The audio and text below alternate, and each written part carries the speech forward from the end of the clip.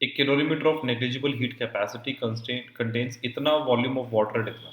ठीक है, मान लो ये कोई एक कैलोरीमीटर है, इसका वॉल्यूम है 100 cc, it is at 40 degree Celsius and water cools to 35 degree Celsius. ये 35 डिग्री सेल्सियस पे जाता है इन 5 मिनट्स।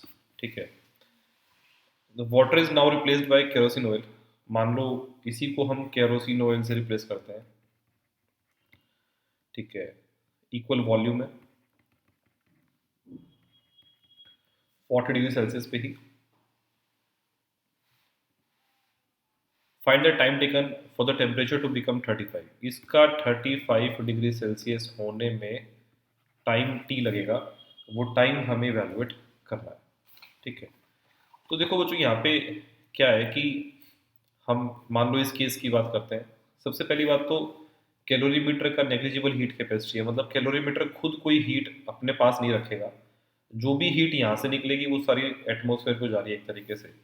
तो rate of heat flow D Q by d T को मैं एमिसिविटी सिग्मा ए, मान लो टी की पावर 4 माइनस टी नोट की पावर 4 लिखता हूँ, तो दोनों केस में बेटा ये सेम होगा, क्योंकि दोनों ही केस में सेम कैलोरीमीटर है तो सेम एमिसिविटी होगी। सिग्मा भी सेम होगा, एरिया भी सेम होगा और टेम्परेचर्स भी सेम रखे गए हैं। तो इसका मतलब दोनों का हीट हीट एक्सचेंज का रेशो सेम रहेगा। अब इस डी क्यू को बेटा हम रिलेट करेंगे एम एस डी टी से।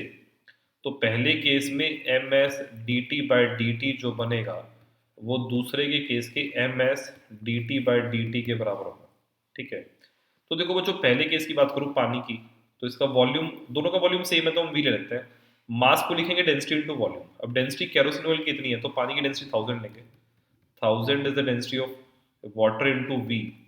Specific heat capacity of water को हम लेंगे 4200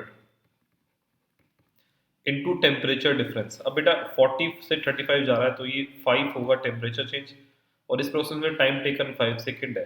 और मैं केरोसिन ऑयल के मास की बात कर रहा हूँ तो इसका डेंसिटी क्या होगा 800 इंटू वॉल्यूम इंटू इसका स्पेसिफिक हीट कैपेसिटी क्या बनेगा 2100, टेम्परेचर का चेंज 5/T।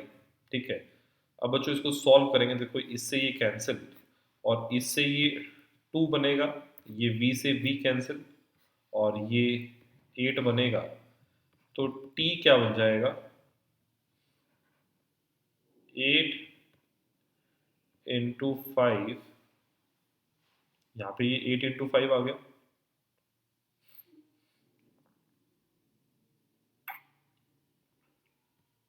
सॉरी ये 0.8 आएगा, 0.8 इंटू 5/2।